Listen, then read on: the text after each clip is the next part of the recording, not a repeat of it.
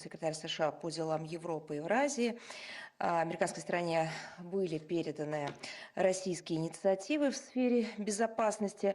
Они не раз озвучивались президентом нашей страны, были также сформулированы и в заявлении Министерства иностранных дел России от 10 декабря, опубликовано, напомню, на сайте МИД. В общем, можно сказать, что сегодня эти предложения были положены на бумагу и переданы официально американским партнерам. Находимся с ними в контакте, и о деталях той работы, которая ведется, планирует рассказать подробно заместитель министра иностранных дел России Сергей Рябков на специальном брифинге, который будет организован для российских и зарубежных корреспондентов, журналистов.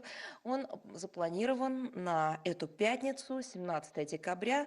Время ориентировочно 14:00. Мы сегодня разместим соответствующий анонс с возможностью аккредитации. Брифинг планируется провести в онлайн-формате. Идем далее. Теперь уже к анонсам международных событий, в которых принимает участие Российская Федерация и которые непосредственно касаются Министерства иностранных дел нашей страны. На 19 декабря в Исламабаде запланирована 17-я чрезвычайная сессия Совета министров иностранных дел Организации исламского сотрудничества. Она будет посвящена ситуации в Афганистане. С российской стороны участие принимает специальный представитель президента нашей страны по Афганистану, директор 2-го департамента Азии Министерства Замир Кабулов. Мы рассчитываем, что упомянутое мероприятие позволит провести сверку подходов по афганской проблематике с акцентом на координации региональных и международных усилий по гуманитарному и экономическому содействию Афганистану. На полях мероприятия запланировано очередное заседание расширенной тройки по Афганистану на уровне специальных представителей. Напомню, речь идет о таких странах, как Россия, Китай, США и Пакистан. Далее, в период с 21 по 22 декабря в Нур-Султане пройдет очередная 17-я международная встреча по Сирии в астанинском формате.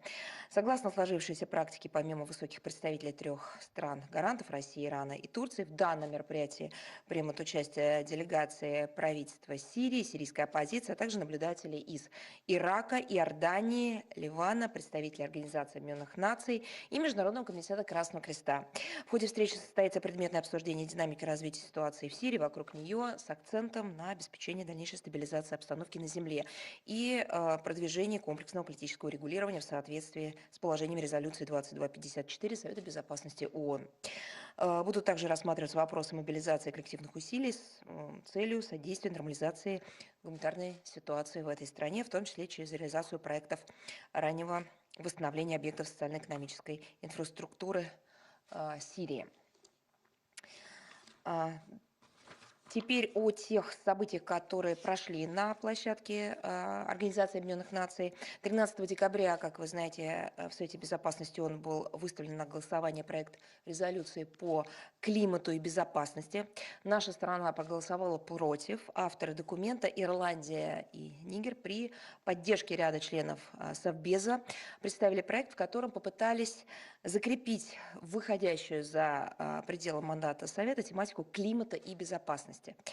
Российская Федерация совместно с Индией и Китаем такие подходы не разделяют. Стоит отметить, что соавторы заведомо шли на конфронтацию. Они представили на голосование неприемлемый более чем для 80 стран текст. Отмечаем отсутствие объективных научных данных о взаимосвязи климата и безопасности в том контексте, в котором это было сформулировано.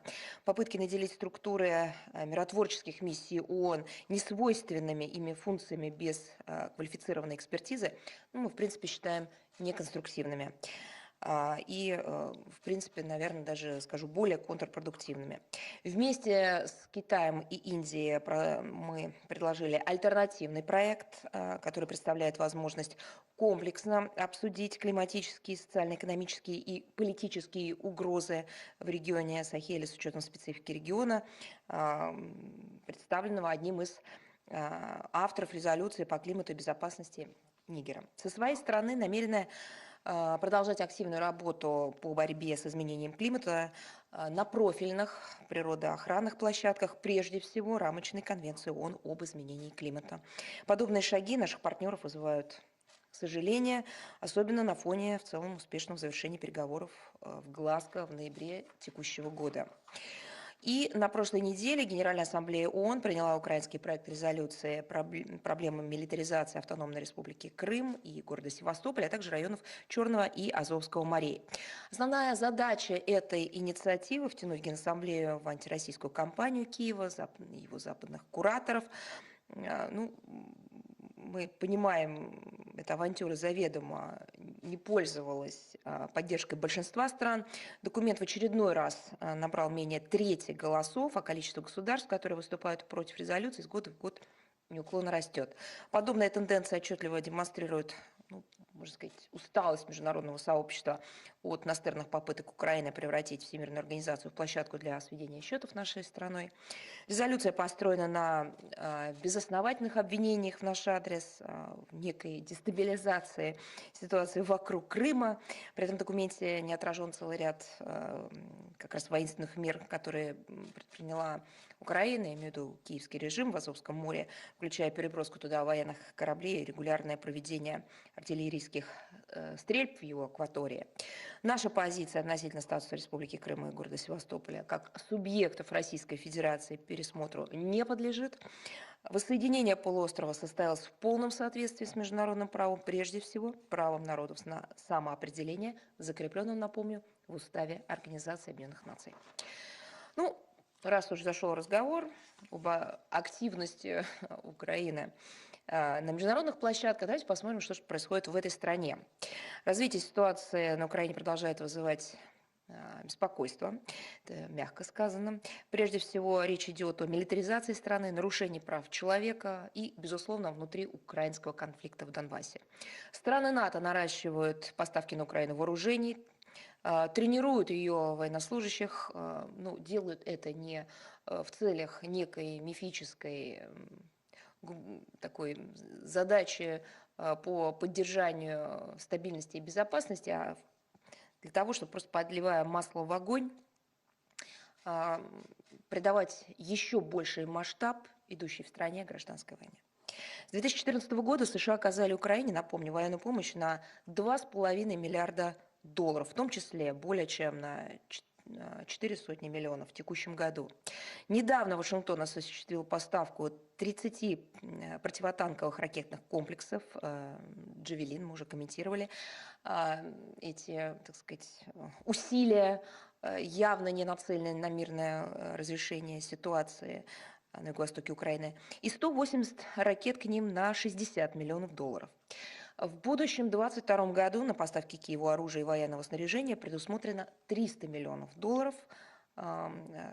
Первая партия на 20 миллионов, она готовится к отправке уже в январе и содержит средства видеонаблюдения и связи, спецтранспорт, беспилотники и так далее. Но, как вы понимаете, это точно не решит гуманитарные проблемы жителей Донбасса, это точно не будет способствовать мирному разрешению вооруженного конфликта, это точно не создаст условия для реализации минских договоренностей. Ведь эти средства можно было бы использовать куда в более мирных, правильных, поистине гуманитарных целях. Например, их почти хватило на выплату задолженности пенсионерам Донбасса. А эта задолженность, по словам украинских официальных лиц, составляет около $3 миллиардов. Здесь вот вопрос, забыли они или нет о своих обязательствах перед гражданами, как они утверждают, своей страны. Сейчас вопрос такой, наверное, риторический, но хотелось бы, чтобы на него все-таки киевский режим как-то ответил.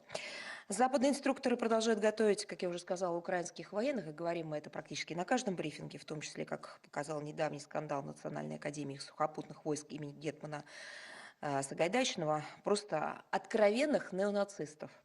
В стране победившего Майдана расквартировано около 10 тысяч военнослужащих стран НАТО, 4 тысячи из Соединенных Штатов Америки и 6 тысяч из других государств Альянса. На рассмотрение Верховной Рады вынесенный там находится законопроект о развертывании на Украине в 2022 году иностранных воинских контингентов для участия в 9 военных учениях.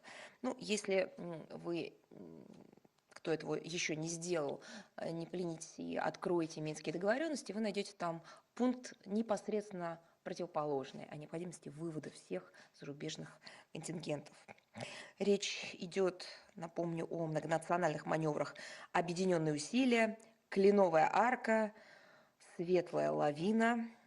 Не думайте, что я сейчас цитирую или привожу названия каких-то фильмов для взрослых. Нет. Это учение, которое проводится на Украине совместно с их западными кураторами. Также Сибриз, Викинг, украино-американские учения Rapid Trident, украинско-британские Козак Мейс, украинско-польские Серебряная сабля и украинско-румынские, еще с более романтичным названием Ревераи. Все они связаны единым замыслом, имеют, естественно, антироссийскую направленность и тоже не имеют никакого отношения к долгожданному миру, покою, безопасности на юге Украины. Мы неоднократно обращали внимание на то, что милитаризация этой страны не способствует урегулированию внутриукраинского конфликта. Ну, просто идет вразрез. Стимулирует киевский режим к повторению военных авантюр образца 2014-2015 годов. Чем они закончились, все прекрасно помнят. Десятками тысяч погибших мирных жителей, сотнями тысяч беженцев, разрушением не только инфраструктуры, гражданских объектов, просто изничтожением самой возможности восстановления нормальной жизни в ближайшее время. Настолько масштабны эти разрушения. Ну и, конечно, катком все это прошлось по судьбам миллионов людей. На этом фоне в украинском таком политическом пространстве появился некий такой концепт референдума по Донбассу. Это очень интересная конструкция. О ней говорили президент Украины Зеленский, председатель Верховной Рады. О чем же идет речь? Ну, вроде бы должно каким-то образом, не знаю, давать какой-то сигнал на выход из тупика. Но давайте посмотрим на детали. Судьбу Донбасса предлагается решать на всеукраинском уровне, но, и тут самое главное, без участия самих жителей региона. Вы когда-нибудь такое видели? И, кстати говоря, это предлагают те люди, которые считают, что референдум в Крыму нелегитимный, неправильный референдум, якобы прошедший под, как они говорят, дулами орудий и так далее, и так далее. И тут же эти же люди предлагают провести всеукраинский референдум о судьбе Донбасса без жителей Донбасса. То есть, ну это как? Я слышала, идет речь о том, что одна из концепций дополнительных или основополагающих, мне трудно сказать, но в ходе обсуждения заключается в том, что якобы жители Донбасса должны будут приехать куда-то там в какие-то другие регионы, не регионы их проживания, и только там проголосовать, и тогда это может быть учтено как голос. А на территории самого Донбасса референдум проходить не будет. Ну, что тут можно сказать? Двойные стандарты киевского режима.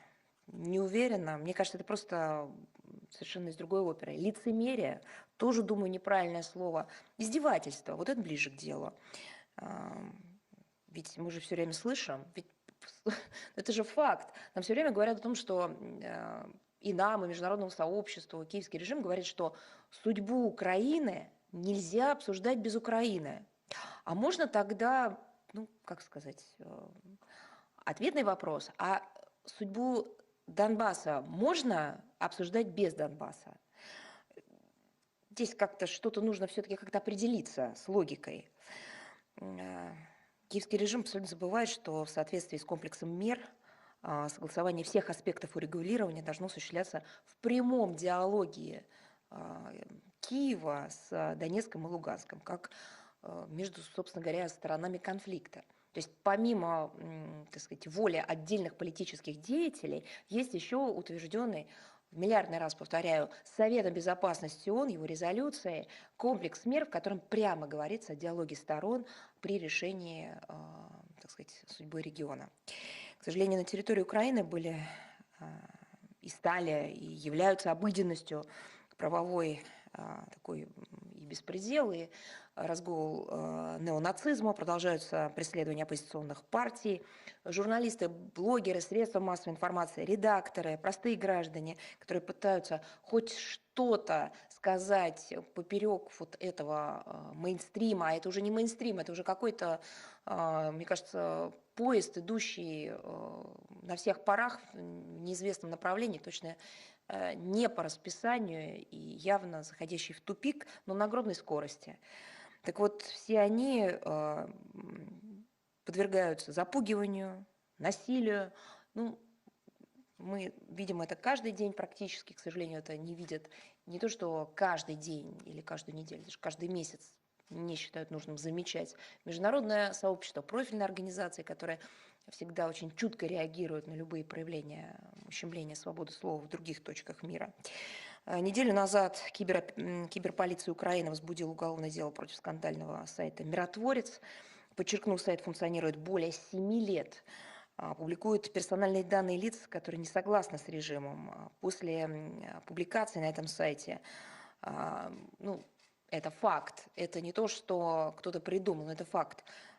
Публикация на сайте ведет, как хотите называйте, косвенно, прямо, здесь уже следствие должно показать, но так или иначе, после публикации на фигурантов этих списков осуществляются и покушения, часть из них достигает поставленной злоумышленниками целей, их убивают и так далее, и так далее. Про травлю и такое политическое или уже на уровне бытового насилия, преследования, я вообще уже не говорю. Это, знаете, это как бы реалии сегодняшнего дня, к сожалению, Украины. Вспомните, что стало с Олегом Бузиной. Ну вот, несмотря на все это, уголовное дело было заведено только тогда, когда в сети стали появляться данные детей, и когда девочка из Луганска написала об этом открытое письмо генеральному секретарю Организации Объединенных Наций. Мы рассчитываем, что уголовное дело будет тщательно и объективно расследовано под наблюдением международных структур. Кстати говоря, наверное, многие задают вопрос, а при чем здесь мы и почему мы это комментируем? Да потому что российских граждан, российских общественных деятелей, российских журналистов в этом списке на этом сайте немало. Со всеми своими персональными данными там выставлены. Получают угрозы, между прочим, на протяжении многих лет. И мы надеемся, что все-таки наконец хватит юридической, политической, да и просто человеческой воли закрыть этот экстремистский ресурс. И мы призываем западных кураторов Киева и международные структуры, ну, все-таки открыть глаза и увидеть, что происходит на Украине, прекратить способствовать вот этим своим безмолвствием, ее милитаризации, используя свое влияние, чтобы убедить руководство этой страны в необходимости выполнения Минских соглашений, не допустить эскалации обстановки, которая может иметь непредсказуемые последствия для региональной и европейской безопасности. И также я хотела бы прокомментировать ситуацию вокруг украинского законопроекта о двойном гражданстве. Мы внимательно следим за законодательными инициативами украинских властей, особенно теми, которые касаются наших соотечественников.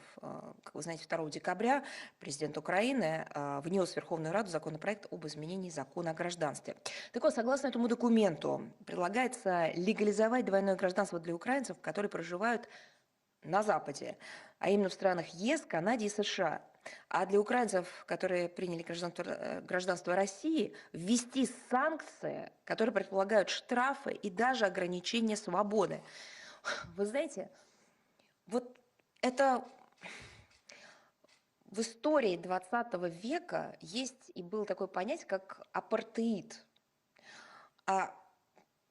Ну, казалось бы, что уж точно европейского континента и тех государств, которые так красиво и очень четко артикулировали свою приверженность вот этим самым передовым ценностям и передовым подходам к уважению гуманистических идеалов, права человека, свобода слова, демократические принципы, что это болезнь, это явление точно не коснется. Но ведь этот закон – это худшие практики сегрегации, не знаю, апартеида, список можно перечислять. Это же уродство, которое, в принципе, человечество, ну, видимо, вынуждено было пережить. Но как возможно, чтобы к этому вернулось политическое руководство европейского государства, члена ОБСЕ, страны, которая постоянно ассоциирует себя с Европейским Союзом, принимая также и голосуя за в ассоциации с ЕС по целому ряду положений, ну, не знаю, присоединяя свой голос к ЕС в ходе голосования в Организации Объединенных Наций, на других международных площадках, разделяя и поддерживая инициативы Евросоюза. Как это может быть? Ну, где все правозащитники? То есть это же должен быть... Это же должна быть не просто, понимаете, какая-то информационная, не знаю, критика. Это должен быть серьезнейший разбор полетов на международном уровне, как международное сообщество допустило подобные явления не в неподконтрольном уголке мира, где действуют головорезы и экстремисты, а в государстве, которое заявляет о своих, вот, так сказать, приоритетах, ассоциируясь, еще раз повторю, с западным сообществом, присутствует в Организации Объединенных Наций, других международных площадках, участвует в саммите лидеров в различных форматах. Как это вообще такое возможно на сегодняшний день? Это нравится кому-то это слово или не нравится, но это очевидно абсолютное доказательство отсутствия не то что правовой культуры, а понимания, сочетания права, внутреннего законодательства, международного права, реалий. То есть это абсолютное вот, ощущение какого-то правового вакуума на Украине после подобных вещей и решений.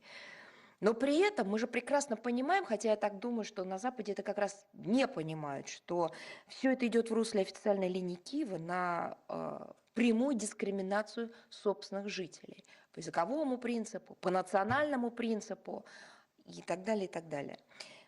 В чем цель? Ну, опять же, нам понятно, и мы об этом говорим много лет. Но, может быть, наконец, до того же самого Брюсселя эта информация дойдет, цель вот подобных действий обеспечить тотальную украинизацию страны методами, которые несопоставимы с заявленными западным же сообществом целями в 21 веке. Ну и, конечно, еще одна цель – отвлечь внимание граждан Украины от социально-экономической ситуации в этой стране. Но это уже как бы их внутренний аспект. Но первая причина, первая цель, о которой я сказала, она касается международного сообщества напрямую. Проводя подобную политику, киевский режим целенаправленно ограничивает возможности, в том числе нашей страны, по поддержке проживающих на Украине соотечественников. А мы это осуществляем исключительно и четко ориентируясь на именно законодательство. Как вы знаете, в апреле украинские власти ввели санкции против Россотрудничества. Оно было вынуждено свернуть свою работу в стране, легальную, прозрачную работу, ориентированную на помощь и поддержку соотечественников. Несмотря на это, мы продолжаем задействовать все доступные средства для поддержки наших соотечественников. В первую очередь речь идет об оказании консульских услуг российскими дипломатическими и консульскими представительствами в Киеве, Львове, Одессе, Харькове. Намерены и далее привлекать внимание международного сообщества к массовым нарушениям прав русскоязычных граждан на Украине, на площадках Организации Объединенных Наций, ОБСЕ, Совета Европы, других организаций, но также задействовать их правочеловеческие инструментарии. Вопросы нарушения прав человека были включены в поданную 22 июля текущего года в Европейский суд по правам человека межгосударственную жалобу Российской Федерации против Украины. Ну и, конечно, мы вынуждены принимать экстренные меры поддержки российских граждан, которые проживают в Донбассе в условиях бесчеловечной экономической и транспортной блокады со стороны Киева. Мы продолжим оказывать необходимое содействие нашим соотечественникам на Украине. В очередной раз призываем власти этой страны прекратить политику, которая направлена против собственных жителей. Следующая тема, тоже было много вопросов. Дело Владислава Клюшина. Мы глубоко разочарованы вынесенным федеральным ведомством юстиции Швейцарии вердиктом об удовлетворении американского запроса на экстрадицию российского гражданина в США.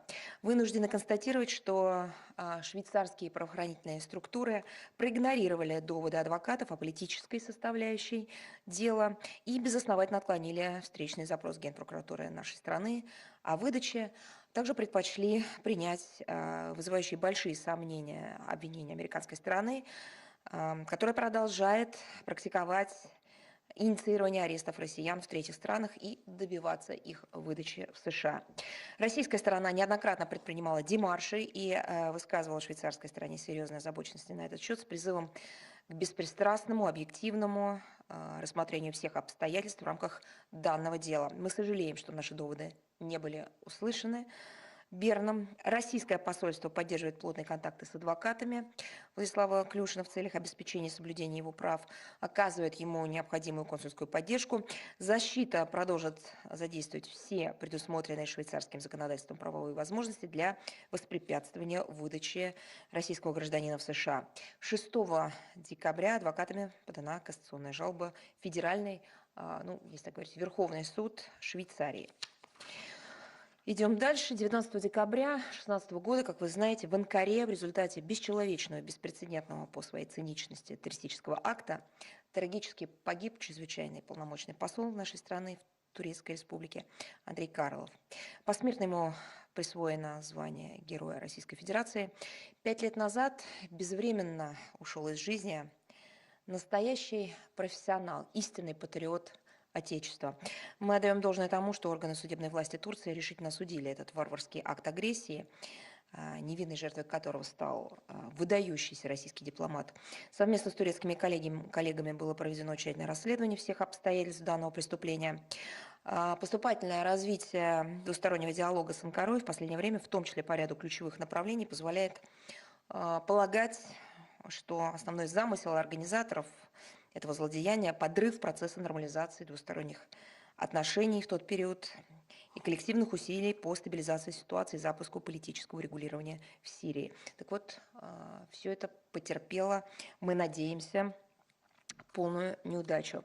Произошедшее обязывает нас максимально внимательно относиться к мерам по обеспечению безопасности российских граждан и загранучреждений и еще более решительно вести борьбу с терроризмом во всех его проявлениях. Мы чтим светлую память Андрея Карлова, который отдал свою жизнь на боевом посту и неустанно защищал интересы нашей Родины. Я хотела бы сказать, мы уже публиковали эту информацию, но хотела бы ее расширенно вам предоставить. Сегодня, 10 декабря, МИД России запустил приложение, официальное мобильное приложение, свое, собственное, которое доступно для скачивания в магазинах и приложениях Google Play, Apple Store. Сейчас мы уже выставили на сайт, так сказать, возможности и ссылки для того, чтобы активизировать пользователям это приложение. Для чего мы это делаем? Мы рассчитываем расширить возможность вашу, потребителей, пользователей. Речь идет и о средствах массовой информации, журналистах, и широкой общественности, которой интересны новости Министерства иностранных дел, для которых актуальны контакты наших посольств, учреждений, которые следят за нашей деятельностью и хотят это делать в прямом эфире практически. Собственно, для этого были разработаны и запущены эти приложения. Это приложение, которое функционирует на 2 языках, на русском и на английском.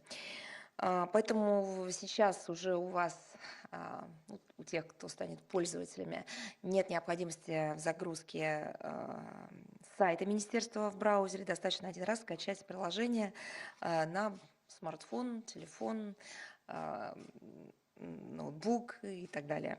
Приложение доступно, как я уже сказала, на 2 языках, русский и английский. Его функционал включает в себя просмотр новостной ленты МИД России, информирование пользователей о новых материалах с помощью push-уведомлений, видеотрансляции, которые идут онлайн, и очень многое другое. Так что, кстати говоря, есть возможность просмотра контента без подключения к сети. Навигация предельно проста, но полноформатная, интерфейс не отличается от привычного оформления интернет-сайта министерства. Особо хотела отметить, что российских и иностранных журналистов, для них доступна информация в рубрике «Пресс-служба». Это и анонсы, контакты, списки аккредитованных шеф-коров и так далее. Ну и баннер со ссылкой на скачивание размещен на главной странице официального сайта министерства. Кстати, вот за эти пару дней приложение скачало более 4000 пользователей. Но наше посольство от нас не отстают и продолжают покорять цифровые просторы. Новое пополнение в рядах цифровой дипломатии, хотя и необычное, но очень, на мой взгляд, интересное. Так вот, хочу и сказать, и в первую очередь поздравить посольство России в Китае со взятием очередной вершины, открытием страницы в китайском сегменте соцсети TikTok, социальной сети Douyin. Сейчас мы демонстрируем вам, как это выглядит. Ссылка будет доступна также в текстовой версии сегодняшнего брифинга. Напомню, Douyin – это сервис для создания и просмотра коротких видео. Запущен был в 2018 году. Принадлежит пекинской компании ByteDance. TikTok и Douyin являются, по сути, одним и тем же приложением, которое, однако, работает на отдельных серверах. В первом ролике, тут сейчас мы его демонстрируем, который был размещен на этой платформе, посол России в Китае Андрей Иванович Денисов выступил с приветственным словом и прочел известное стихотворение великого китайского поэта Либо «Думы тихой ночью». Также опубликованы виртуальные экскурсии по историческим зданиям нашего уникального посольского комплекса. Число подписчиков уже превысило 500 000 человек. Клипы набрали свыше 14 миллионов просмотров и более, практически 1,5 миллиона лайков. А десятки тысяч пользователей оставляют комментарии в поддержку российско-китайской дружбы. Прекрасно же. Кстати, напомню, что Министерство иностранных дел нашей страны в феврале этого года открыло аккаунт уже МИДа в ТикТоке. Мы активно публикуем там короткие видеонарезки по итогам переговоров, визитов министра иностранных дел России Сергея Лаврова, зарисовки из жизни российских дипломатов, представительств за рубежом. Проводим и акции флеш-мобы в контексте и в привязке с такими основополагающими датами международных событий, конечно же, из нашей страны. Много там чего интересного, приходите, смотрите. Кстати, теперь к ним добавляются и переводные русскоязычные версии материалов наших коллег из посольства в Пекине. И первые ролики уже мы разместили. Так что, пользуясь случаем, приглашаю всех, кто еще не подписался на наши ленты, ознакомиться с их полным списком. Они включают в себя более 700 учетных записей. Представьте, 700 аккаунтов, даже больше. Это и центральный аппарат, и его подразделения, поспредство, генконсульство, территориальные представительства Министерства иностранных дел в нашей стране, и, конечно, блоги наших дипломатов. Удобный рубрикатор можно найти на сайте МИД в разделе «Пресс-служба», вкладка «Аккаунты в соцсетях». А для наших китайских коллег у меня тоже есть кое-что. Им я хотела бы сказать: «Тинзай ши джао ванг луо динг юэ 俄罗斯外交部和俄罗斯驻华大使馆的资源». Кто знает, тот поймет. Так что подписывайтесь на ресурсы министерства и наших посольств в социальных сетях. На прошлом брифинге мне был задан вопрос о состоянии межрегионального сотрудничества России со странами СНГ. Я сегодня подготовила большой материал, но не буду его озвучивать. Скажу, что мы его разместим на сайте МИД, потому что он действительно объемный, информативный и, на мой взгляд, очень интересный и актуальный. Вот о чем я хотела бы дополнительно сказать, так это о том, что, как вы знаете, в этом году весь мир без преувеличения отмечает 200-летие со дня рождения великого русского писателя, философа, мыслителя Федора Михайловича Достоевского. В рамках празднования этой даты реализуются различные международные проекты, в том числе и российско-итальянские. Вот, например, в сентябре этого года под эгидой Перекрестного года музеев России и Италии, а он проходит в 2021-2022 годах, в Милане была открыта уникальная выставка Государственного музея истории российской литературы «Россия и Европа в творчестве и судьбе Достоевского». 14 декабря во Флоренции, все знают, конечно, это Тоскана, Италия. В городском парке Парко делле Кашино состоялось открытие бронзового памятника Федору Михайловичу Достоевскому. Он в течение сама скульптура находилась несколько месяцев. Сама скульптура уже была заранее подготовлена, и вот сейчас прошла торжественная церемония. Почему именно в этом месте? Потому что в свое время именно здесь, в этом месте, Федор Михайлович жил и завершил работу над романом «Идиот». Монумент авторства российского скульптора, академика Российской академии художеств Айдена Зейналова установлен рядом с аллеей, которая уже носит имя русского писателя. На церемонии присутствовали советник президента Российской Федерации по вопросам культуры Владимир Толстой, также представители нашего посольства в Италии, губернатор области Тоскана, мэр Флоренции и, конечно, представители общественности, академического сообщества, а также журналисты. Итальянскими участниками выражена признательность российской стороне за передачу скульптуры в дар городу, дана высокая оценка двустороннему сотрудничеству на культурно-гуманитарном треке. Реализация данного проекта стала возможна благодаря поддержке городских и областных властей, а также Министерства культуры Италии. Очевидно, что открытие памятника великому русскому писателю на Апеннинах в году сотлетия со дня его рождения – это очередное свидетельство того, что никакие неблагоприятные ситуации, условия не могут ослабить крепкие узы дружбы, которые связывают наши народы. Поэтому вот именно подобный подход, именно такие ориентиры должны становиться для нас приоритетными и во всех других областях. И я готова ответить на ваши вопросы. С нами ли международная жизнь? Добрый день, Мария Владимировна. Два вопроса. Страны Большой Семерки осудили наращивание военной мощи России и агрессивную риторику в отношении Украины. Об этом говорится в совместном заявлении глав МИД G7. Ранее вы называли подобные обвинения информационной кампании. Что, на ваш взгляд, было причиной ее запуска и к чему она может привести? Вы знаете, мы ознакомились с заявлением по России и Украине. Оно было, как вы знаете, опубликовано на встрече министров иностранных дел Группы Семи в Ливерпуле. К семерке глав МИД также присоединился высокий представитель Жозеп Боррель.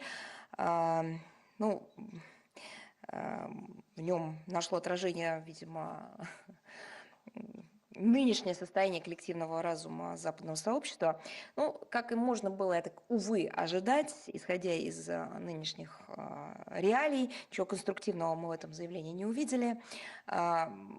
Все тот же набор избитых тезисов, клише, обвинений, которые нанизаны на совершенно ложный посыл о неких военных приготовлениях России по отношению к Украине. Неоднократно уже говорили, что на своей суверенной территории мы имеем полное право перемещать воинские соединения по, собственно говоря, собственному своему усмотрению. Никаких агрессивных намерений у России нет. Причем мы, в общем, по-моему, много лет эту тему даем разъяснения. И можно уже, по-моему, было бы даже из предыдущего опыта исходить при оценке наших действий. Напомню, что в первый день Ливерпульской встречи, это 10 декабря, МИД России опубликовал заявление, сегодня уже о нем говорила, о диалоге с США и другими странами Запада относительно выработки гарантий безопасности Российской Федерации. Оно было адресовано прежде всего государствам, которые входят одновременно и в НАТО, и в Группу Семи. В нем даны конкретные предложения по снижению напряженности вокруг Украины. Примечательно, что этой важной темы министры «семерки» предпочли публично не касаться. Честно говоря, сомневаемся, что замалчивание, попытка отмахнуться от обсуждения поставленных российской стороной вопросов поможет решить проблему. Так это никогда не работало. Мы рассчитываем получить, в общем-то, внятную обратную связь. Если у вас еще... Ага. Да, еще один вопрос, если позволите. Молдавские власти запретили въезд в страну ряду российских общественных деятелей, политологов, экспертов, включая представителей Общественной палаты, Института стран СНГ и Совета при президенте России по развитию гражданского общества и правам человека. Скажите, пожалуйста, как подобные запреты соотносятся с заявлениями руководства Молдавии о готовности к прагматичному диалогу с Россией?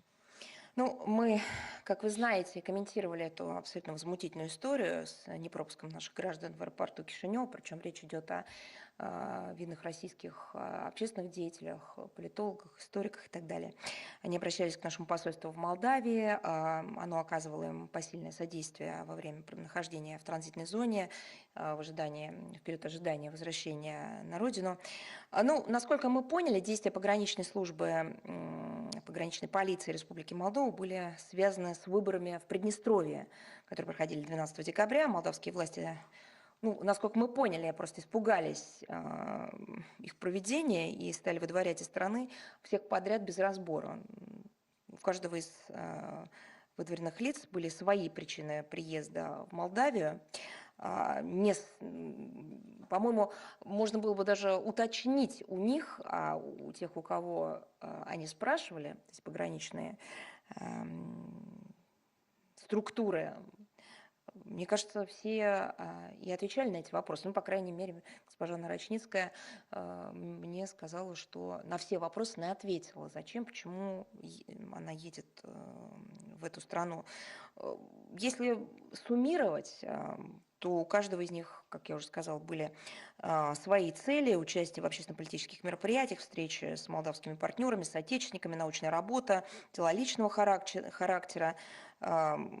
Между прочим, вот, видимо, молдавские власти об этом не знали, а может быть знали, но сделали вид, что не знают. У некоторых из них были официальные приглашения молдавских визави. Словом, вот, гуманитарные межчеловеческие контакты, нормальные для отношений между двумя дружественными государствами, вот это как раз та сфера, которой они занимаются в принципе и хотели реализовать и в этот раз. Но, увы, все эти обстоятельства не были приняты к сведению, во внимание молдавскими властями, и россиян ждало многочасовое ночное ожидание обратного рейса. Вне зависимости от реальных причин запрета блокирования молдавскими властями контактов представителей гражданского общества наших стран едва ли сочетается с заявлениями о готовности к нормальному, конструктивному, прагматичному диалогу с Россией.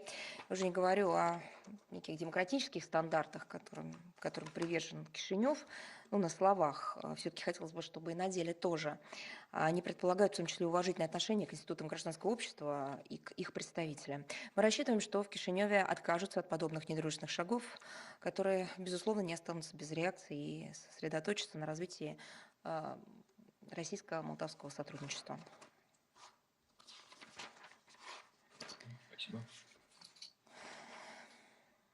Есть ли у нас телеканал Rush Today?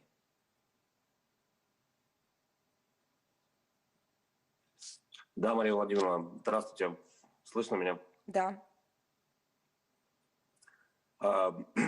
Вот телеканал РТ, я бы попросил вас прокомментировать две истории.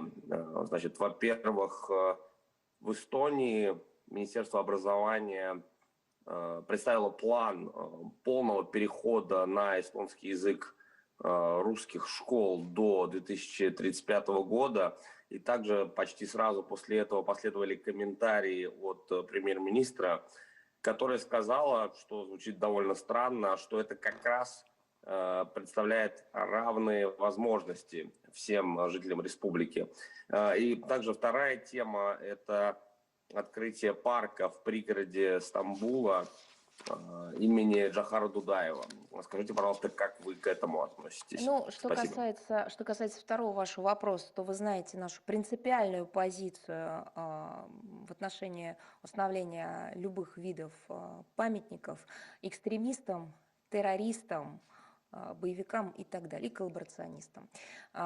Эта позиция, еще раз подчеркну, неизменная и принципиальная, и относится она к любой стране, точке географической, где бы подобное ни происходило. А теперь первый вопрос ваш, что касается плана эстонских властей по ликвидации русских школ в этом государстве. Ну, в общем, тоже все очевидно. Сначала в Эстонии разделались с высшим и профессиональным образованием на русском языке, теперь взялись за среднее и даже дошкольное. Полностью согласно заключениям, представленным на днях свежего доклада независимого эстонского центра по правам человека, а именно без справедливого отношения, это прямая цитата, к национальным меньшинствам невозможно сформировать имидж Эстонии как развитой демократии. Конец цитаты. То, что сейчас происходит в эстонской системе образования, ну, иначе назвать как насильственная ассимиляция русскоязычных детей и лишением их права на получение образования на родном языке невозможно. Этот так называемый поэтапный план унификации бюджетного эстоноязычного образования до 1935 года предусматривает бесцеремонное вмешательство государства в дела местных самоуправлений и просто отстранение неугодных руководителей школ. При этом представители, составляющие почти треть населения русскоязычной диаспоры, вообще не допущены к процессу обсуждения и принятия решений. Хотя эстонским властям хорошо известно, что среди русскоязычных жителей Эстонии преобладает такой конструктивный настрой, полное понимание необходимости интеграции, владения госязыком, но с сохранением законной возможности обучения на родном языке. Все это тоже не принимается, видимо, к сведению. Ну и, конечно, мы настаиваем на том, чтобы профильные международные структуры ООН, ОБСЕ, Совет Европы дали объективную оценку ситуации с соблюдением Таллином своих международно-правовых обязательств в этой сфере и также прокомментировали, причем сделали это полноформатно с дальнейшими шагами дискриминацию языковых прав нацменьшинств в Эстонии. Все ли у вас? Если все, тогда идем далее. С нами ли Вестник Кавказа? Да, здравствуйте, Мария Владимировна. Нурсултан Назарбаев предложил пригласить Азербайджан наблюдателем в ЕАЭС. Как Россия оценивает инициативу Нурсултана Назарбаева и каковы выгоды для ЕАЭС и Азербайджана от такого сотрудничества? Ну, инициатива, безусловно, Нурсултана Абишевича Назарбаева, который, по сути, является идеологом евразийской интеграции, заслуживает, конечно, внимания. Как вы знаете, Евразийский экономический союз открыт для государств, которые разделяют его цели, принципы и заинтересованы в более тесной интеграции, в более тесном взаимодействии. В первую очередь мы имеем в виду страны СНГ, которые сохраняют с государствами-членами Союза наиболее тесные связи в сфере кооперации. ЕС развивается быстрыми темпами, непрерывно совершенствует инструменты экономического взаимодействия с учетом наилучших мировых практик. Ну, конечно, активно модернизирует транспортную инфраструктуру. В Союзе действует современная система технического регулирования, которая была создана с учетом международного опыта. Но, несмотря на непростой период, который был связан с пандемией, и были такие сложные моменты, но при этом большинство макроэкономических показателей Союза характеризуются положительной динамикой. Поэтому, как представляется, развитие диалога Азербайджана с ЕАЭС в любом формате способствовало бы активизации взаимной торговли и разблокировке транспортных артерий в регионе. Ну и, конечно, реализации масштабных региональных инфраструктурных проектов, ну и не только региональных, кстати говоря. При этом, как вы знаете, важно и необходимо даже учитывать, что решение о повышении уровня взаимодействия принимает согласие всех государств-членов и заинтересованной стороны, естественно. непосредственно по итогам всесторонней экспертной проработки возможных экономических последствий подобного шага. Спасибо. Спасибо. Идем далее. Если с нами The Moscow Post. Добрый вечер. Меня слышно, да? Да, Можно ли задать два вопроса? да. Да, хорошо, спасибо. История отношений с Соединенными Штатами говорит о том, что предсказуемость, в кавычках, США, как она есть, имеет знак минус. Страна в ее нынешнем виде, начиная с выхода из договора ПРО и дальше из сделки с Ираном, показала себя недоговороспособной. Как можно рассчитывать в этих условиях на гарантии по нерасширению НАТО? Первый вопрос. Вы знаете, вот по поводу доверия, недоверия в нашем диалоге или отсутствия такого диалога с НАТО, я бы вот хотела, очень вы, кстати, задали этот вопрос, потому что на днях генсекретарь этого альянса Столтенберг опять подверг сомнению предложение нашей страны по мораторию на размещение ракет средней и меньшей дальности в Европе. Вот, опять же, как он сказал, эти предложения якобы недостойны доверия. Вот, мне кажется, доверять нельзя как раз этим, его утверждениям. Разве не представители стран НАТО обещали нам не расширять альянс на восток? Не они ли заверяли, что планы по развертыванию элементов американской ПРО в Польше и Румынии направлены исключительно на купирование возможных угроз со стороны Ирана? Даже так, сейчас многие молодые эксперты вряд ли даже в это поверят, но именно так формулировались шаги этих стран на данном направлении. Не они ли молчали, когда США выходили из ДРСМД? Де-факто Альянс делает все, чтобы дестабилизировать обстановку на континенте, подорвать основы европейской безопасности. Мы неоднократно выступали с предложением по введению данного моратория, в том числе верифицированным мерам, которые позволили бы западным странам убедиться в отсутствии вызывающих у них вопросы ракет на европейской территории России. Однако такие меры должны основываться, как вы прекрасно понимаете, на взаимности. А к такой взаимности Запад в отношении России, как мы видим, исходя из последних действий, и этих действий немало, просто не готов. Тут уже можно разбираться, не хочет, не может, друг другу мешают это сделать, кто-то над кем-то превалирует, кто-то доминирует со своим мнением. Но это не важно, не готов Альянс к подобному. В частности, вот, опять же, речь идет о возможности предусматривать инспекции объектов ПРО в Польше и Румынии с установками МК-41, которые предназначены для пусков крылатых ракет «Томагавк». Вот, опять же, вопрос, готовы или не готовы? По-моему, ответ очевиден. Поэтому, возвращаясь к вашему непосредственному вопросу, ровно потому, что словам, которые мы слышим от стран НАТО и непосредственно от Альянса, верить нельзя, потому что делами они не подкреплены. Мы будем ориентироваться на конкретные их действия. Свои предложения мы направили, вот будем ориентироваться на практическую реакцию. Хорошо, спасибо. Второй вопрос, да? Да, пожалуйста.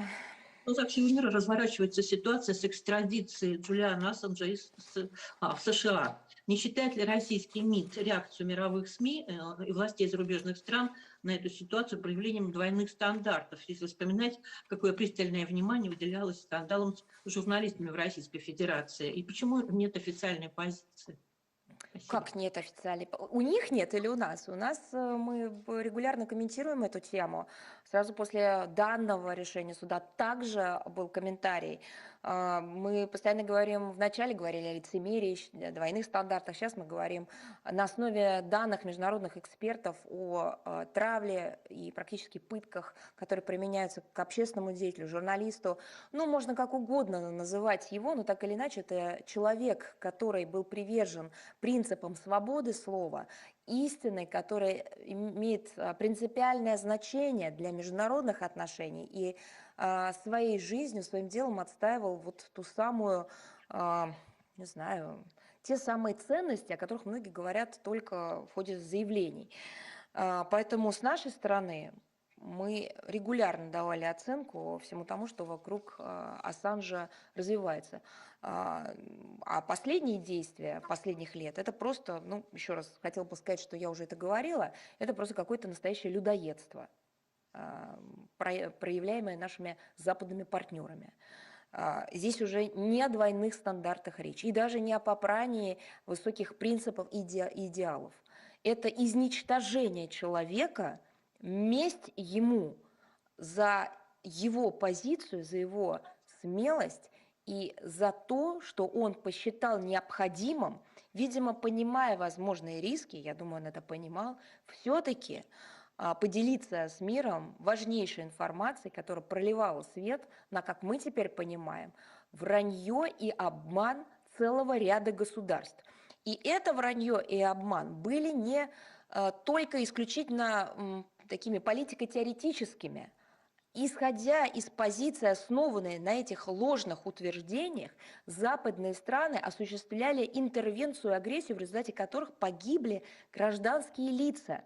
Жизнь каждого бесценна. Здесь же погибли десятки и сотни тысяч людей. Именно об этом говорили материалы, которые предоставлялись сайтом Wikileaks и о которых писал и говорил Ассанж.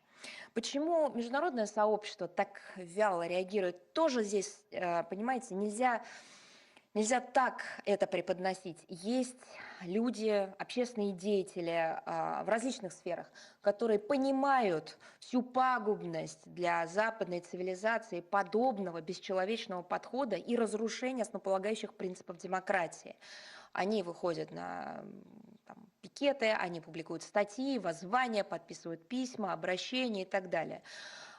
Есть и ряд международных, даже не международных, а неправительственных структур, которые объединяют профессионалов из разных стран, которые обратили внимание на то, что за словами США о, так сказать, правовой основе дела стоят другие слова США же о том, что они не гарантируют неприменение к нему бесчеловечных, унижающих человеческое достоинство мер в случае, если эта экстрадиция состоится. Это тоже было отмечено международным профессиональным сообществом. Но при этом я с вами абсолютно согласна. Те, кто каждый день на уровне официальных властей стран ЕС говорят о свободе, демократии и правах человека, действительно за эти годы никогда не выступали с официальными заявлениями. Не было заявлений «семерки», которые бы требовали. Ну, от кого требовать? От себя самих?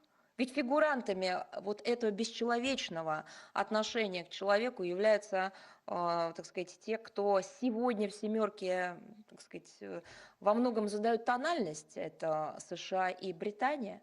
Не было попыток каким-то образом провести это через, ну, не знаю, решение саммита ЕС, обратить на это внимание. Я уж про санкции не говорю. Хотя, ну, по-моему, все видят, что человека изничтожают. Это не тот человек, который начинал весь этот путь в таком, ну, получилось заключение, когда он находился на территории соответствующего посольства много лет. Тогда он хотя бы имел возможность связи с внешним миром. Но когда его оттуда практически выволакивали и выносили, мы видели, что с человеком сделали, учитывая, что у него не было возможности свободно передвигаться, получать все необходимое, от, я не знаю, просто банально солнечного света до движений, прогулок и так далее, и так далее. Мы же видели, что это два разных человека, до чего его довели. Это я вообще не говорю о настоящей травле, которую в отношении него организовали светочи демократии. Это же травля. Если травля является частью менталитета западной цивилизации, то все остальное перечеркивается автоматически. Тут не может быть никакого другого прочтения. Поэтому ситуация очень серьезная. Если у вас все, тогда позвольте перейти к следующему вопросу. Онлайн-издание «Лента.ру». Есть ли с нами? Здравствуйте, Мария Владимировна. Здравствуйте. У нас два вопроса, если позволите. Первый вопрос связан с Финляндией. В конце прошлой недели стало известно, что официально стало известно, что Финляндия закупает 64 американских истребителя F-35. А как в Москве вообще расценивают подобный шаг? Не опасаются ли в МИД, что столь значительное пополнение ВВС Финляндии, это, насколько я понимаю, одна из самых крупных вообще военных закупок страны, может привести к обострению обстановки у российских границ? Ну, на фоне укрепляющегося в последние годы военно-политического сотрудничества Финляндии с НАТО и отдельными странами, членами этого блока, а, прежде всего Соединенными Штатами Америки, ну, не усматриваем какой-то такой неожиданности вот во всем, вот в принятии решения финской стороной, финских властей о закупке 64 американских истребителей F-35 для национальных ВВС.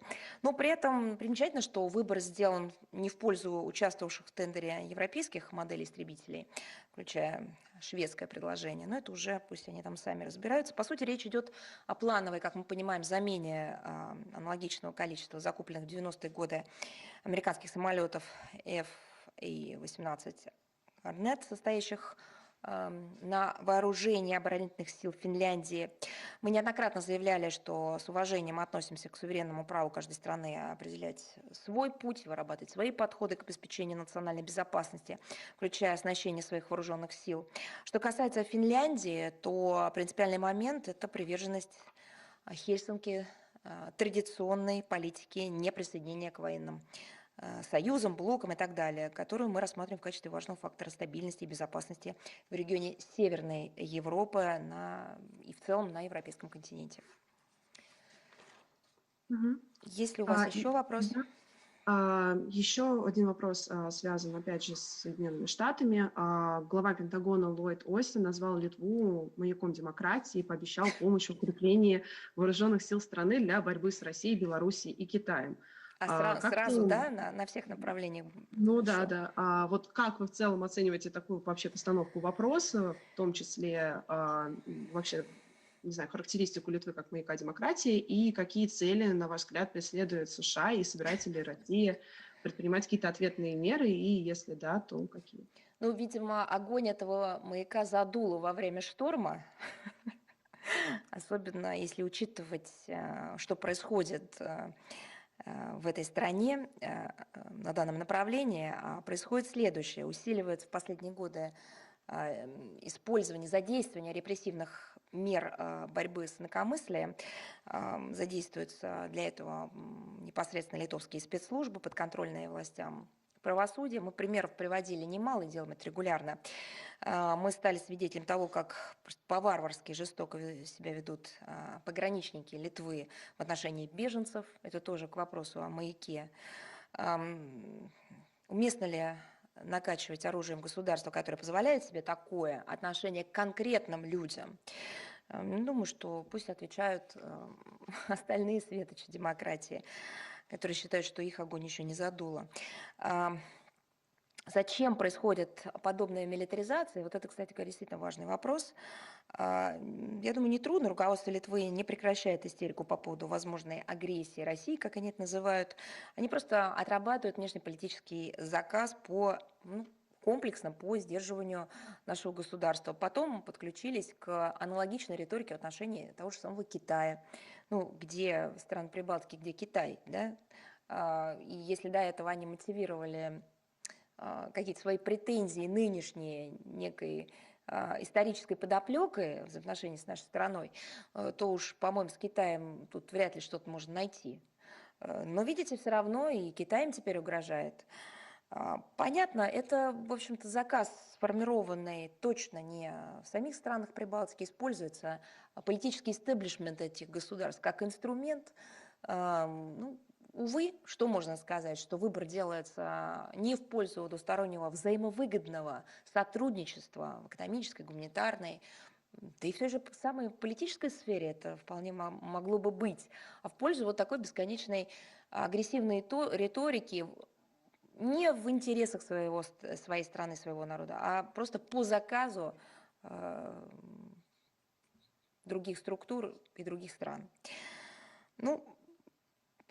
Просто один, наверное, вопрос тоже, надеюсь, хотя понимаю, что останется он риторическим, но литовцам-то это надо все. Если у вас Нет больше вопросов? Давайте дальше пойдем. Есть ли с нами Ньюс.ру? Да, здравствуйте, Мария Владимировна. Сонна.ру. Спикер Верховной Рады Руслан Стефанчук заявил, что жители ДНР и ЛНР в случае организации всеукраинского референдума смогут принять в нем участие, только приехав на подконтрольную правительству Киева территорию страны. И вот наш вопрос заключается в следующем. Если киевские власти откажут голосование жителям ЛНР и ДНР, о чем сказал спикер Рады, признает ли российская сторона в таком случае результаты этого референдума?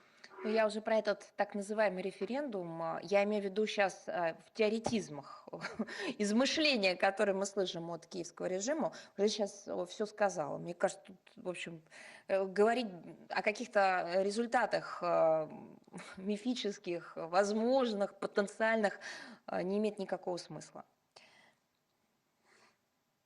Да, тогда следующий вопрос. Глава МИД Турции Мевлют Чавушоглу заявил, что в ближайшее время Анкара и Ереван назначат специальных представителей, чтобы предпринять шаги по нормализации отношений. Как эти шаги, по мнению российской стороны, могут повлиять на ситуацию на Южном Кавказе? Ну, вы знаете, к теме нормализации отношений между Арменией и Турцией и возможной российской роли в этом процессе мы неоднократно комментировали саму тему, возвращаясь к этому вопросу. Вот и недавно это было потом, помимо комментариев, есть просто наши практические действия на этом направлении, и не только последних лет, но, как помните, примерно десятилетия назад. Цюрих, хочу напомнить вам. Мы исходим из того, что нормализация армяно-турецких отношений способствовала бы оздоровлению общей обстановки в регионе, ну и, конечно, помогла бы формированию такой здоровой атмосферы доверия и добрососедства, опять же, и в регионе, ну и, безусловно, между странами и народами. С этой точки зрения мы приветствуем демонстрируемые Анкарой и Ереваном в последнее время настрой запустить двусторонний диалог для обсуждения проблематики нормализации. А назначение сторонами для этих целей специальных представителей, на наш взгляд, и логичный, и, конечно, разумный шаг вот в развитии подобного обоюдного стремления. Мы со своей стороны готовы всячески этому процессу содействовать. Организация в Москве 10 декабря первого заседания консультативной региональной платформы 3+3, как раз в этом формате принимают участие, и во встрече приняли участие представители армянской и турецкой сторон, также, на наш взгляд, содействует сближению между Арменией и Турцией, как, впрочем, между другими участниками данного формата. Напомню, в ходе встречи условно сфокусироваться на практических вопросах, таких как меры по повышению доверия, взаимодействия в транспортной, торгово-экономической, культурно-гуманитарной областях, противодействия общим вызовам и угрозам. Упомянутая перспектива возобновления прямых авиарейсов между Стамбулом и Ереваном также отвечает целям и духу подобных договоренностей. Поэтому, еще раз подчеркну, мы будем способствовать и будем приветствовать любые шаги со стороны Турции и Армении, которые помогали бы построению взаимного доверия, ну и сближению между странами и народами. Так, есть ли у вас еще вопросы? Если нет, да, тогда есть ли с нами аналитический центр из Армении «Верелк»? Да, здравствуйте. Добрый день. У меня два вопроса. Один – это продолжение вашего предыдущего ответа. Как мы знаем, Армения обращалась к России за помощью в посредничестве в отношениях с Турцией. Вот хотелось бы узнать вот это заявление Чавушоглу, назначение спецпредставителей. Это все случилось благодаря посредничеству России или это уже результат посредничества России или как? Ну, я уже про посредничество России сказала. Вы, понимаете, не ограничивайте наши усилия просто какими-то отдельными действиями. Давайте все-таки исходить из того, что, как я уже сказала, ведь это же позиция не только этого года или последних. Мы традиционно занимаем такую позицию. Привела пример Цюрих. Поэтому способствуем всему хорошему, правильному и ориентированному на решение проблем, укрепление связей, добрососедства, уж тем более, когда это касается близкого нам региона. Ну и второй вопрос. Накануне прошла в Брюсселе встреча лидеров Армении и Азербайджана. Хотелось бы узнать, как вы прокомментируете вот эти итоги встречи, насколько она будет способствовать, по вашему мнению, реализации трехсторонних договоренностей с участием лидеров России, Армении и Азербайджана. Ну, мы уже об этом говорили. Еще раз повторю, что мы приветствуем продолжение прямых контактов между Азербайджаном и Арменией. Ну и, конечно, когда они проходят эти контакты на высшем уровне. Встреча двух лидеров состоялась буквально вчера вечером. Информация о содержании дискуссии продолжает поступать. Мы, естественно, ее анализируем, наши эксперты. И мы рассчитываем, что итоги брюссельских обсуждений будут способствовать дальнейшей реализации трехсторонних договоренностей лидеров Азербайджана, Армении и России, которые были достигнуты на предыдущих 3 встречах этого и прошлых годов. Спасибо. Спасибо вам. Если с нами, вижу, есть Словакия, журнал «Соотечественников вместе». Добрый день, Мария Владимировна, Да, Валерий здравствуйте. Лебедев, журнал «Соотечественников Здрасте. вместе». Прежде всего, это огромный плюс, и очень важно, что наш МИД в вашем лице говорит по-китайски. Соотечественники гордятся вами. Ой, вы знаете, не принимаю этот комплимент по одной простой причине, потому что вот уж по-китайски в Министерстве иностранных дел всегда говорили высочайшие профессионалы, которые, если я только начну перечислять, да, времени не хватит, приведу вам пример посла Рогачева, который много лет являлся нашим послом в Пекине, являлся, увы, так как его много лет уже с нами нет, величайшим профессионалом в двусторонних отношениях, в истории Китая. И мало того, он еще и продолжал династию, так как его отец был выдающимся китаистом, переводил такие самые яркие произведения китайской литературы на русский язык. Поэтому это вот только один пример, а таких примеров огромное количество. Поэтому мои скромные усилия в данном случае, мне кажется, не столь репрезентативны. У нас есть примеры действительно великие. Ну, может быть, я отстал, но я не знаю, чтобы в какой-либо стране мира на брифингах официальный представитель МИДа говорил бы по-китайски. Ну, может, они стесняются. Ну, а вопрос. Да. Недавно появилась информация о получении российского гражданства и вида на жительство нашими соотечественниками с Украины. Упоминалось, что это произошло в рамках проекта «Не один на один». Что это за проект? Рекомендует ли его МИД? И известно ли, сколько наших соотечественников из ближнего, а также дальнего зарубежья получили гражданство России за последние годы? Давайте мы этот ваш вопрос, тут много компонентов, разделим на 2 блока. Первое, я вначале отвечу на вторую часть вашего вопроса по поводу получения гражданства, а потом непосредственно по данному проекту выскажусь. Получение гражданства нашей страны, как вы понимаете, это такой особый момент в жизни человека. Наши посольства и консульства уже вот в рамках своей компетенции занимаются этой проблематикой практически на ежедневной основе. Что я имею в виду? Готовят документы, помогают гражданам-соискателям эти документы направлять, получать консультации и так далее. Ведут прием соискателей. Так что работа, которую проводит МИД, действительно очень масштабная. Ну, про важность я, наверное, говорить не должна. Вот по поводу теперь статистики, просто для понимания проделанной нашими дипломатами и консульскими сотрудниками работы. За 2018 год в российских консульских загранучреждениях было оформлено гражданство в отношении 49 775 человек. Из них более 30 тысяч – это дети. 2019 год – 51 093 человека. Более 28 тысяч детей. 2020 год по объективным причинам, как вы прекрасно понимаете, связанными с локдаунами, пандемией, невозможностью осуществлять поездки внутри даже зарубежных стран, количество оформлений снизилось. Многие посольства и консульства приостановили личный прием граждан, тоже по понятным причинам, подчиняясь местным требованиям той или иной страны. Ну и, в общем-то, сами боролись с распространением эпидемии.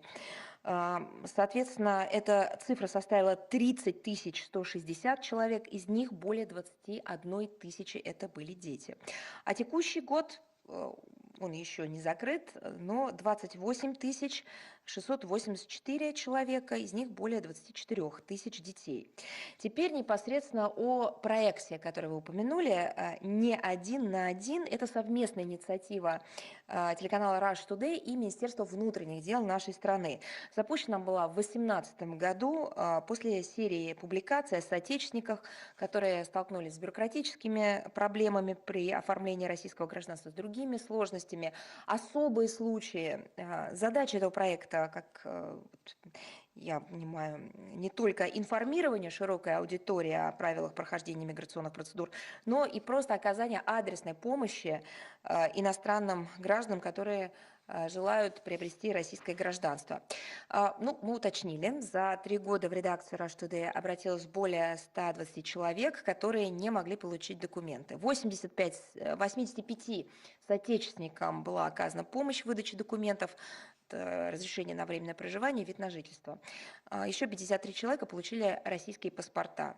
В этом году в проект также начали обращаться жители Австралии, США, Канады, Германии. Все они просят помочь переехать жить в Россию, получить здесь российское гражданство, несмотря на то, что проект нацелен прежде всего на помощь соотечественникам, было принято решение помогать, ну и иностранным гражданам тоже. Поэтому Министерство внутренних дел, подчеркиваю, МВД, оказывает проекту все необходимое содействие и помощь. Так, есть ли у нас еще вопросы? С нами ли Ашарк Ньюс? Да, добрый вечер. Да, здравствуйте. Мария Владимировна, Халили Диаля, телеканал Ашарк Ньюс, Дубай. У нас такой вопрос. На днях вы заявляли, что страны НАТО под видом военных инструкторов, они перебрасывают на Украину, на украинскую сторону боевиков. Как Москва оценивает, ну, вы уже говорили, упоминали обстановку на границе с Украиной, и в случае, если Запад и Украина будет какая-то провокация с их сторон, как Москва будет реагировать и отвечать на эти провокации? Ну, видимо, вы ориентируетесь на те ответы, которые мы уже давали. Раз используется слово «провокации», да, мы так и оценили, что в этом регионе, так сказать, и рядом с нашей границей вот, нагнетается специально напряженность. Провокативные действия мы тоже фиксировали, соответствующие документы с изложением фактов и с нашим протестом направляли, в частности, Соединенным Штатам Америки. Мы обо всем подробно вас информировали. Поэтому мы не просто констатируем, да, некие действия, мы даем политическую оценку, экспертную оценку и предпринимаем соответствующие действия для снижения напряженности в этом регионе. Есть ли у вас Спасибо. еще вопросы? Если с нами кто-то еще, кто хотел задать вопрос? Если нет, то тогда я с вами прощаюсь. До следующей встречи. Здоровья вам. Спасибо. Спасибо. Спасибо.